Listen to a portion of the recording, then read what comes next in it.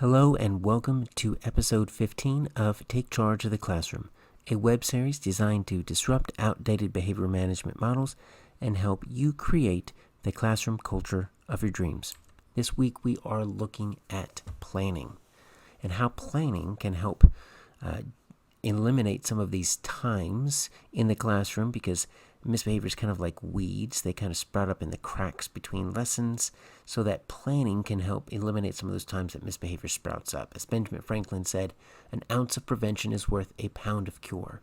There have been a lot of classrooms that I've gone into in my current role, and the teacher might want to complain about the student behavior because they think they have the worst roster in the entire school. But quite honestly, anyone walking in with their eyes open can see that the teacher is not prepared. And a lack of preparation really is a cause of some misbehavior. So you might think that you have mastered the plan of preparing for your lessons, but let's just double check. Because if any of these things are not being done, it's probably contributing to misbehavior in your classroom. In the larger picture here, we are looking at anticipation. So before we looked at how important procedures were and what the teacher could do there, the second time we went through this entire Take Charge model, we looked at productivity and what the students are doing and how they could be productive with transitions. But this time, let's be looking at our tasks and the responsibilities of the students with planning, because with proper planning, we can make our students work just without us even in the classroom. It could be a well-oiled machine, and anticipating problems and eliminating before they come in is a huge part of taking charge. So what does planning look like? This is very difficult, especially after a long day. But you should first and foremost leave each day ready to teach tomorrow. So many times we leave and then we think, well, I'll just get there 10 minutes early and I'll just run some copies, or I'll cut out those manipulatives, or I will do this, or I'll set up groups. And how many times has it happened where you weren't ready? Either kids got there earlier than they needed to, they let the doors open early, or they told the kids to eat in the classroom and you weren't quite ready. Your own children were running late, so you were running late, or your husband didn't set the alarm. Something happens and you're not ready. Whatever you were planning to do the morning of ended up being done the first 5 minutes of class, and it threw off your entire class. Or maybe you were able to get it done while the kids were walking in, but what you weren't doing was greeting them like you were supposed to. So every single day, lesson plans laid out, materials ready, groups ready. If there needs to be a handout, it is copied and ready. Leave nothing to chance, because anyone that's taught more than 6 months has had this happen to them, where they thought they were going to come in the next day, so they didn't really plan that much. And then in the middle of the night, their kid starts to throw up, their mom gets sick, something happens, they've got to call in for sub. But they don't have any sub plans ready. They're not ready because they were planning on doing something the morning of. Now you've got to go in on your day off, and possibly even leaving a sick kid at home, and spend 30 minutes up at the school getting stuff ready. That is not planning. So leave each and every day. Take an extra 10 minutes. Get yourself all set up so if a sub had to come in, they knew exactly what to do. There's no question as to what your plans are. Leave each day ready to teach the next day. Materials can take a long time, whether it be glue sticks, whether it be even just opening up new packages of colored paper for a craft. Anything that takes time for you to separate is going to cause downtime. Downtime is when misbehavior starts to erupt. So all your materials need to be ready to go. It might seem like, oh, I'll just separate those out for the kids.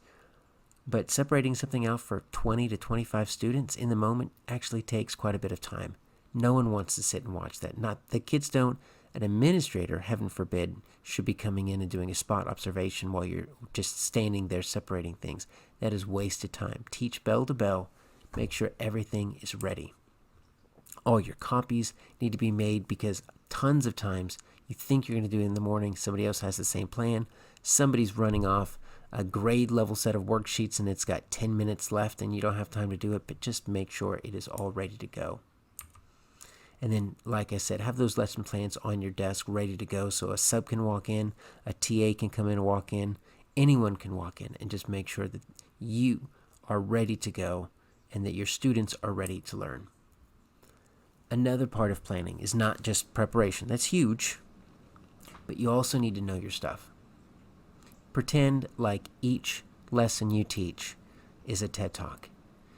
Or if you're an actor, if it's a part in a play, you would never, ever get up on stage if you were in a play not knowing your lines, just kind of winging it, ad-libbing it. It's not a comic show. You would need to memorize your lines. It's the same thing with a lesson. When you don't know your lesson, when you're constantly referring to notes or the teacher's edition, or you're stumbling, you're fumbling with words, if the first time you've ever said anything out loud related to that context is in front of students, it's not going to go well. So prepare for each lesson as if it was a one-man show and you're the actor. Know your stuff, because when you're confident in your lesson, when you know what you're going to say, when you practice it, that's what mirrors are for, right? Practice your lessons in front of your mirror if you need to. It's the phrasing, it's how you say things. You might not like the way it sounds coming out of your mouth initially, so you have to practice it a few times. Or maybe it makes sense in your brain, but you're teaching a bunch of 9-year-olds. And so as you're speaking it out loud, you think, you know what, that's not going to make sense to them. I used way too many big words. Let me bring that down a little bit. Either way, it takes practice and preparation, because when you are confident in your delivery, when you're confident in your lesson, then you have the ability to kind of ad-lib in the moment if you need to, find those teachable moments. But if you don't know what you're talking about because you've never taught that lesson and you've never practiced it, you're going to miss those teachable moments. You're going to miss those opportunities to extend. And quite honestly, it's going to send a signal to your students that whatever you're teaching is not that important. Trust me. The only person you're fooling by not knowing your content is yourself. Know your stuff. Speak confidently by preparing, by being prepared. Now, how do we get the kids involved in this? Classroom responsibilities are huge, and it's an opportunity to really just streamline things in your classroom. So, here's the question. Whose classroom is it? If it's your classroom, maybe that's why they're disrespecting your stuff, or maybe that's why they're leaving it a mess, because it's your classroom. You know what? Kids are not going to deface their property. They're going to deface somebody else's property. So how can you make it their classroom? How can you give them a stake in its maintenance, in its upkeep, and how it's run? Because if we can get them involved, then it makes our job so much easier, and it just keeps things going. So taking care of the classroom, whether it be sweeping, whether it be picking up, whether it be straightening up shelves, it's everyone's job. It's not simply your job. But tell them why. It's like their house. They're living in that room for 7 hours a day. They need to keep things going. And once they take that pride and that ownership of that room, then they will be the ones getting on to other kids leaving a mess. They will be the ones that keep up with certain things. But we just have to present that image to them of this is like your house. And this is a special house, and we are guests here. And so what we need to do is we need to all take responsibility for it. Now, in regards to classroom jobs, we can think of a few, but ask for student input. They might have an idea as to a role that a student can fulfill.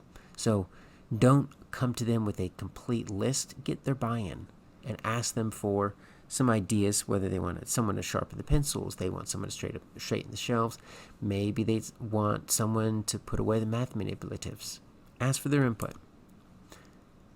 The funny thing about power is that the more you give away, the less they're going to struggle with you. This is all about empowering students.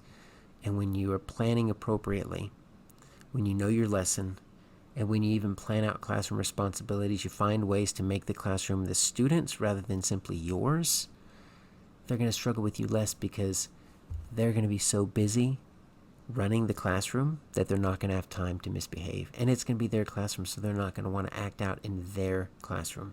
So don't make it your classroom. Make it their classroom. Final thought on planning. Yes, have everything ready. Have all your materials set out. But take 3 minutes and visualize each lesson at the end of the day. So at the end of each day, you're thinking, what am I going to do tomorrow? Walk your way through it, mentally rehearse it. Not necessarily the phrasing, you probably have already done that, but walk through it mentally, the pacing, the sequence, because what you will find, if you listen to your gut specifically, is that there might be some nigglings in your mind about, you know what, I'm not sure about that. That might not go well. Visualize the lesson and trust your gut, because your gut will let you know you might need to regroup these students. They've been fighting lately. Or, you know what, you thought you had these materials up, you just used the last one today, you're going to have to open up a new box. Go ahead and do that now. Listen to your gut by visualizing each lesson the day before, working your way through it from beginning to end, and thinking about those transitions especially, and that will help you eliminate some of these problems before they ever crop up. So hopefully you're able to pick up a few thoughts. A lot of this hopefully is something you are already doing, but planning is a big part of taking charge of the classroom, because if we can plan ahead of time, we can eliminate those opportunities for students to disrupt through misbehavior. Thank you, as always, for joining me. You can find out more about the book or this web series on aarondaffern.com/takecharge. You can email me or follow me at Aaron Daffern.